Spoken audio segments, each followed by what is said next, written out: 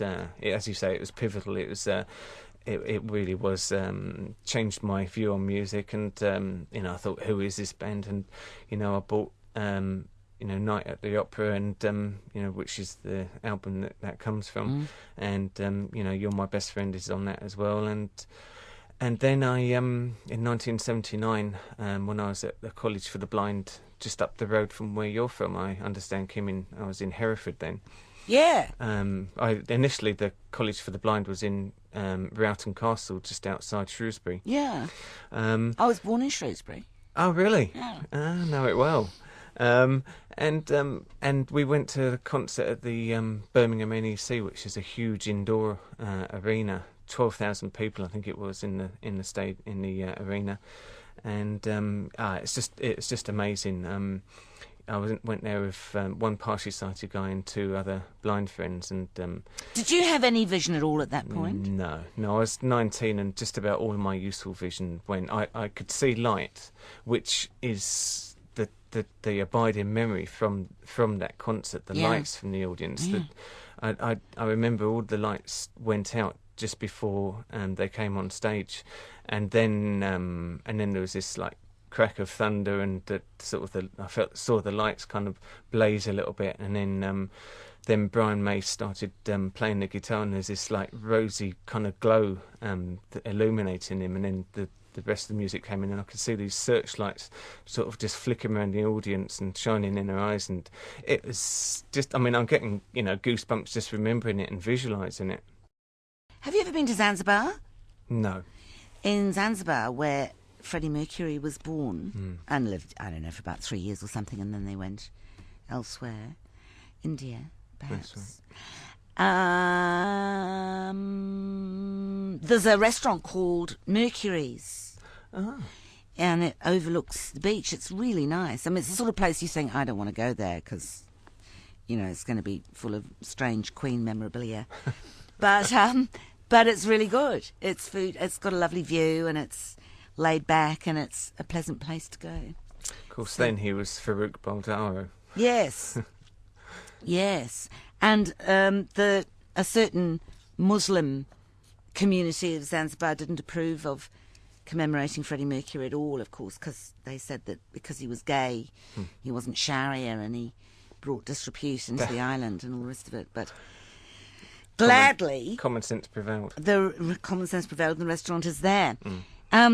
You were told that you had retinitis pigmentosa at the age of what?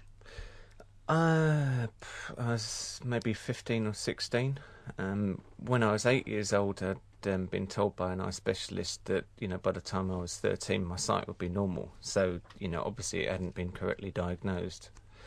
Is it that, or is it that there is no obvious sign of it until there is a sign of it? Do you know what I mean? I think if the eye specialist I see here in Auckland looked at it, or the eye specialist in Moorfields Eye Hospital in London had seen it, they'd have recognised it for what it was. Basically the retina scars, and you tend to have your vision blocked out, as it were. So what, you get holes developing in your vision? How does it develop?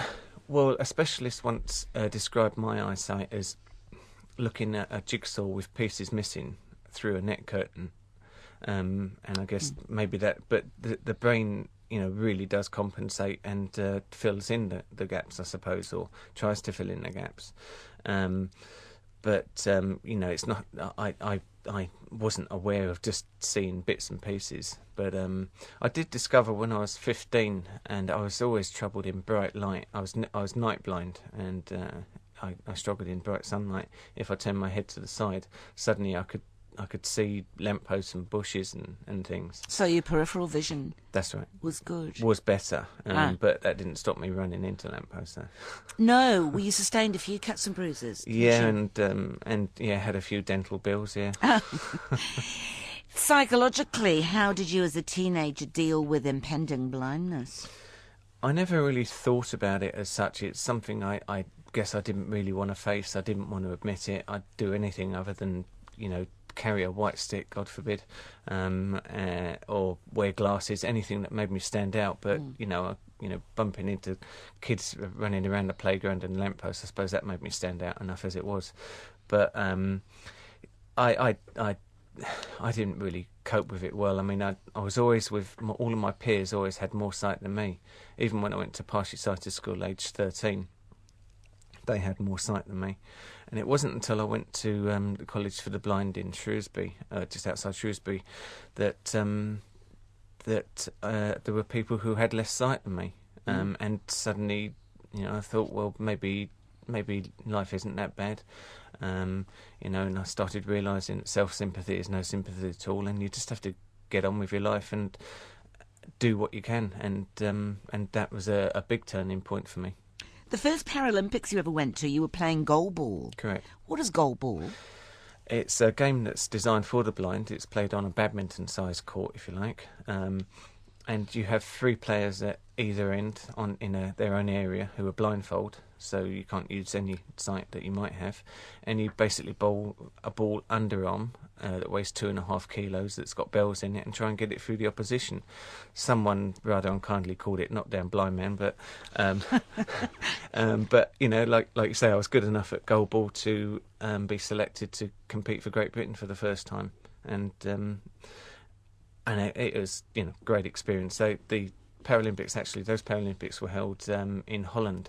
It was 1980. They should have been in Moscow, but the Russians didn't recognise that they had anyone with a physical disability. So Holland held the games. So you have to listen constantly for the bell and the ball to find out where the ball is. And I think it really helped tune your hearing in. You just had to dive and to the way you felt the ball was going, and just get your body in the way of it. And it could be painful sometimes.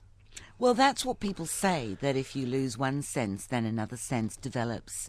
I'm not sure whether you think that's true.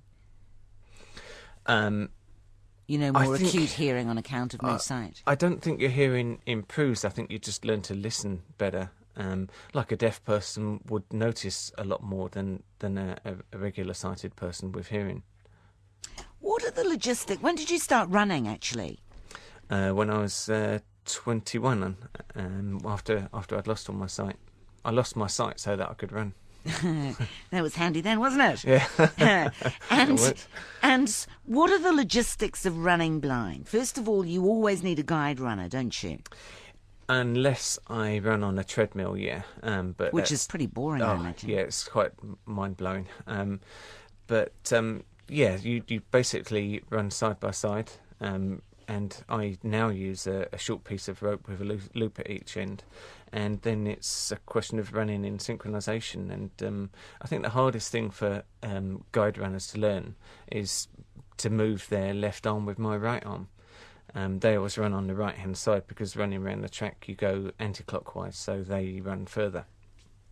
And the more relaxed... Oh, no, that's interesting, because I was going to ask you what happened if you were faster than them or if they were faster than you.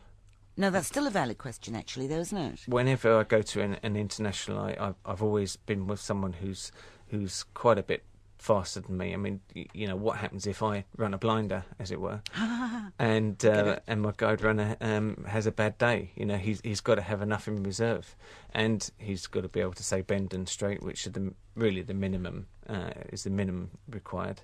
And so your guide runner has to be really fast. Yeah, has to be faster than you. Yeah, I mean, my world record's 4 minutes and 5 seconds for the 1500 metres. My guide would have to be capable of running under 4 minutes. So, who usually becomes a guide runner? I've always joined sighted athletic clubs and just tried to mingle with them and ask them if they'd like to have a go.